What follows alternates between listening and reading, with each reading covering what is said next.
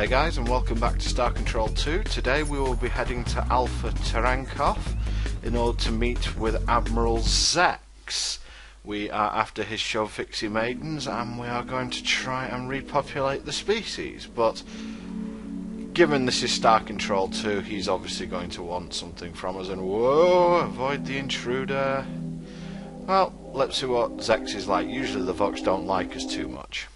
Ah, human visitors! What a treat! I am Admiral Zex.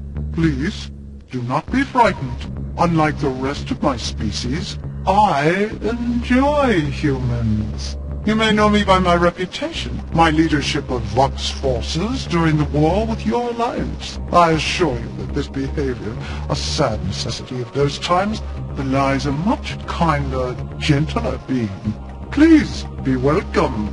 We can get to know one another, expand our interspecies relationship. But wait, how silly of me. You aren't here for polite repartee. You have come for my show-fixing maidens.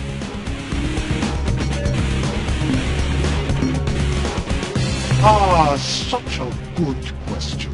But you always were a bright species. I will explain. After the Great War, in which I played some small part, the Vox High Council, in recognition for my services, granted me this planet, so that I might pursue my hobby without disturbing the general Vox populace. I am a collector, you see. I have the finest menagerie of beautiful creatures in all space.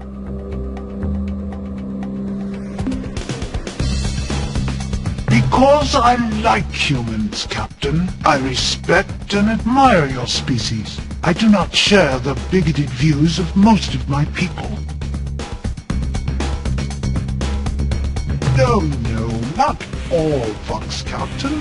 Most, but not all. It is true, when the majority of my people view one of your species, they are forced to regurgitate. But there are those among us who have grown beyond such childishness to take a more liberal view.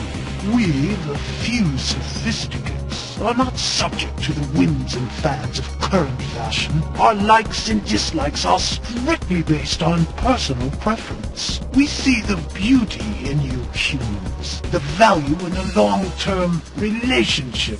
You are different, yes, but personally, I like difference. In fact, I adore it. Your physique is so wonderfully varied. Your multitudinous rigid appendages, your tiny double eyes, your varied skin coloration, and the delightful patchwork of hair covering only parts of your bodies, leaving other parts bare and smooth. I value your species, Captain. I see you as just people, like us Vox. You have talked with my Vox countrymen, haven't you? They are close-minded fools, bigoted in all ways. Call me what you wish, Captain. I choose to view myself as, well, simply open-minded, free to experience the full range of life's possibilities. The Vox rulers could not refuse my military genius, couldn't ignore the many victories I gave them, but they would not tolerate my behavior, accept my desires as natural. So they sent me out here, a hero's exile, where I won't poison the minds of youth with my bizarre ideas and perverted lifestyle. Bigoted fools. You see, Captain, we're not all that different, you and I. We are different from the majority of Vox, and so we, in Vox eyes, are both monsters. Animals? Oh no, Captain, not mere animals. My menagerie contains only the most beautiful creatures in the galaxy. Each of my children, as I like to call them, has a wonderful set of traits which make them unique and special, especially to me. I have a complete variety of beasts from as far away as Procyon and Vega. No, this is not just some zoo. I have worked diligently for many years to craft my menagerie, to gradually improve it. Perhaps you can't tell, but I am rather proud of it. Alas, there's one creature, one gorgeous animal which I do not yet possess. I would give almost anything for that creature, Captain. What an interesting proposal. I never would have thought of such a wonderful idea myself. You are a genius, Captain. In answer to your question, yes, I accept your offer. Deliver the creature to me, and I shall give you the show-fixing maidens. I will even provide you with a clue to finding the creature's native planet. My source for this information is an ancient wildlife handbook written millennia ago by some unknown alien author. The pertinent passage goes as follows. Demise. It basks in yellow light within the constellation Lynch-Na-Plo. We have translated Lynch-Na-Plo to mean approximately the long, thin creature who has swallowed the huge beast. I am afraid this is all that I know. I hope it is sufficient. Goodbye, beautiful human. I hope we can meet someday as friends. Perhaps even more?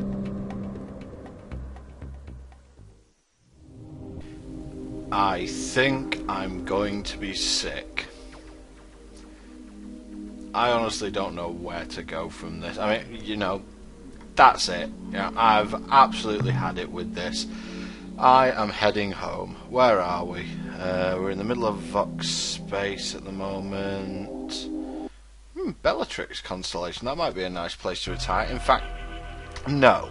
Let's have a look over here. Vela, there we go. That's our home planet. I'm heading home. It's not like the Ur-Quan have found us or anything, and I've just had enough now. I'm going home. Yeah, someone else can do this, but I just can't stand being hit on by Zex. And you son of a... Okay, explain yourself.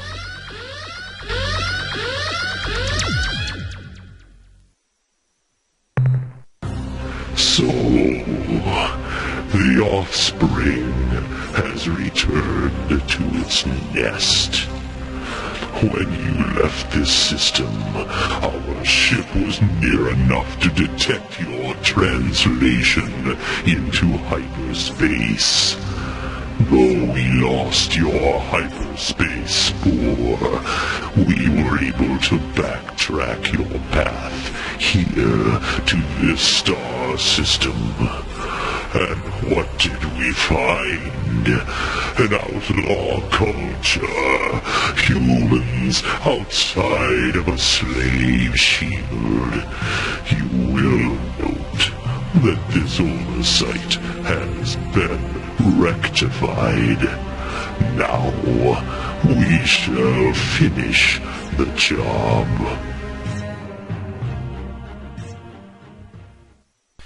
You know, I was actually almost feeling sympathetic to the Ur-Quan for a while, because they're obviously not a completely blanketly evil enemy, but come on. You just slave shielded my home planet for no reason, no threat to anyone. And this is the point where I say that the computer's got BS ability on this. The Dreadnought is shooting down my Marines with its fusion blaster. There's not many humans who'd be capable of doing that who haven't played this game for years. So that is totally ridiculous. So I'm afraid any sympathies I had with the Ur-Quan have now vanished, but I suppose we've got to get on with the game now. Where next? Well, apparently there were some pin-ups among the sirens, so I'm going to go there. Maybe it'll make me feel a bit better.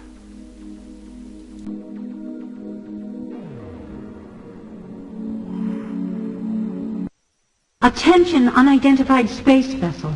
Be warned.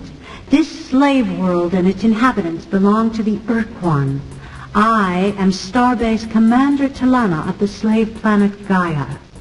Your ship is not responding to standard hierarchy identification sequences. You are therefore classed as independent. And what? Is my monitor display correct? Is that a human commanding that vessel? Who are you? Holy flirking boobage, Batman. Okay, gotta keep calm. Let's engage suave mode. Huh? What are you talking about? This is the uniform of a Sirene commander.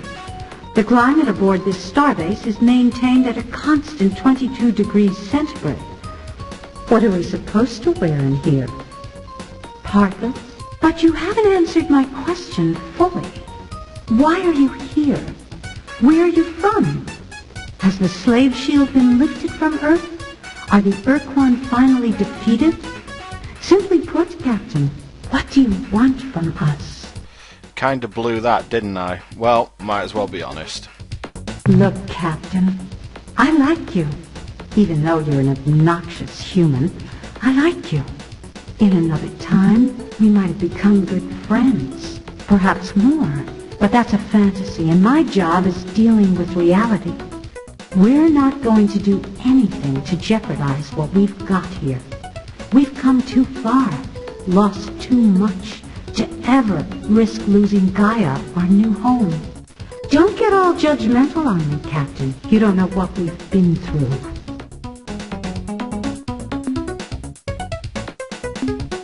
Maybe some other time, Captain, I can show you the hidden functionality of my uniform, knife included. When Syra was destroyed, the only people who survived were in orbit, and most of them were members of our newly established, mostly female space patrol. From their ships, their orbital platforms, and their lunar outposts, they watched Syra die. Within 3 days after the cataclysm began, the surface temperature of Syra had risen by almost 75 degrees to above the boiling point of water. It became clear that Syra, our paradise, our Eden, was gone.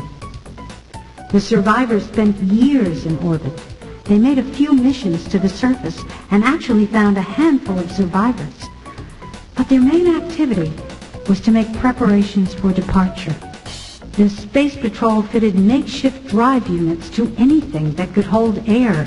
Orbital factories, research pods, even hotels. When the fleet was ready, they left orbit and never looked back. The final population of our species was less than 10,000, with only 500 males. But they were the best and the brightest. For the next 75 years, our people wandered at sublight speed through the stars, looking for a new home. Don't worry about us, Captain. We make out all right. Our species are almost identical, almost too close a match to be just a coincidence. Our bodies are very similar, Captain. Except for certain parts. Our cultural development is also mostly parallel. Like you Earthlings, we evolved a society from primitive tribes whose main function were to protect themselves from the large reptiles native to our old world.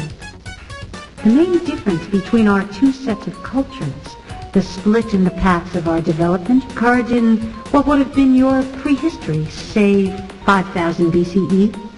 In your world, the agricultural communities were conquered by the more primitive, but also more aggressive migratory herding peoples.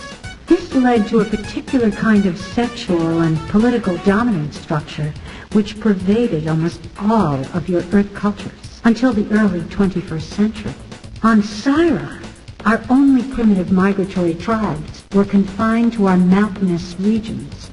Their herd beasts, the Weimar, did not do well in the agricultural basins and plains. The two cultures were isolated until much later, when the technological superiority of the farmers curtailed any major conflict. It was our paradise, Captain, our Eden. Earth is the only world we know of whose variety and richness of life even comes close to Syra. Again, like so many other things about our two species, our worlds were very much the same. At least before you began encasing yours in concrete and plastic. Syrah's gravity was a bit lighter than Earth's, and its day was 50% longer. Our diurnal cycle is therefore different from yours. We spend 20 hours awake, followed by 10 hours horizontal. This subject is very difficult for us, Captain, but I will try to recount those sad days. Like your solar system, ours had a large population of comets and asteroids. Large meteor impacts, though rare, were not unheard of on our planet. So it was not a total shock when an asteroid penetrated our atmosphere and hit the surface. What was odd was that unlike most other meteors, this one was not pulverized on impact. It penetrated the crust and indeed went all the way through to the mantle, causing a supervolcano. The earthquakes caused by the impact were severe. The magma pumped out of the caldera wreaked significant damage on the nearby terrain, but within a few weeks it had cooled, forming a solid rock bandage over the wound. Within a few months, we had cleaned up the mess. The caldera was calming down nicely, and things were pretty much back to normal. Then, just over a year after the impact, all hell broke loose on the surface of Syrah. Huge calderas were opening all over, not just around the meteor impact, but everywhere. The scope of the disaster is impossible to imagine. Entire cities sliding into oceans of molten lava, kilometer-wide sections of land pulverized by a cataclysmic explosion, and clouds of poison gas and superheated steam created a death shroud around Syrah.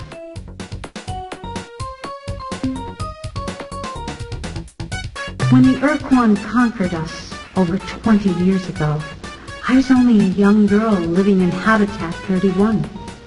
My older sister Diani was a starship officer in the Space Patrol. She was part of the final defense at Raynet. She didn't make it back. When the Ur-Quan caught us in open space, we all thought we were going to die. But then, instead of killing us, the Ur-Quan offered us a choice. We could join the ranks of their combat patrols, or we could be slave-shielded in our homeworld. Like the people of Earth, we chose peace. We became fallow slaves. When the Ur-Quan told us to return to our homeworld, we explained that we had none. Ur-Quan Master 9 explained that they had encountered this situation before, and if we would provide them with a list of our requirements, they would use their extensive astronomical data stores to find a planet for us. So we told them about Syrah, about the color of its sky, about the abundant life forms, about the fertility of the soil and seas. Less than an hour later, we received a terse message from Master 9. We were to proceed to these coordinates and disembark. This was to be our new home. But our new world, Gaia, was everything we described. We'd been searching for a home planet for 75 years, and in the end, it was our enemies who gave one to us. I grew up on a small island off the main continent, and like all of my people, we lived each day under the sick, red glow of the slave shield. When the Ur-Quan arrived 7 years ago to refurbish and recrew this starbase, I was selected as the new commander. When we first met your people, we'd been wandering through the stars for almost 75 years, ever since the death of Syrah, our home planet. We joined your alliance, and I use the word joined loosely, because we had no other choice. The Vox were raiding our slow habitat columns, and we had nowhere else to go. We fought for survival, Captain, nothing more. When your people on Earth were defeated, the Alliance just plain fell apart. The Yehat and Shofixi retreated to their native stars and didn't want us to follow. The Ariru, those creepy little weasels, just plain bugged out, vanished, leaving us alone with nowhere to go, smack in the path of the oncoming Ur-Quan Armada. What were we supposed to do? Fight? 2/3 of our habitat fleet was unarmed. Many aren't even superluminal. We were going to be annihilated if we resisted, and we knew it. When the Ur-Quan surrounded us and started giving orders that all ended with, "or die," we took them at face value. We obeyed. In exchange, they gave us Gaia, the planet below. It's a beautiful world, Captain. I wish I could show it to you. So don't misunderstand me. We love our freedom as much as anybody else, but we've got a good life here, and we don't want to lose it. Like I said before, Captain, we would like to help, but we are unwilling to risk losing Gaia. Unless you can find a much more compelling reason for us to get involved, you're on your own. Until then, Earthling. Great, rejected by the only hot girl in the neighbourhood and come on to by the local pervert lizard. Bad day at the office. See you next time, guys.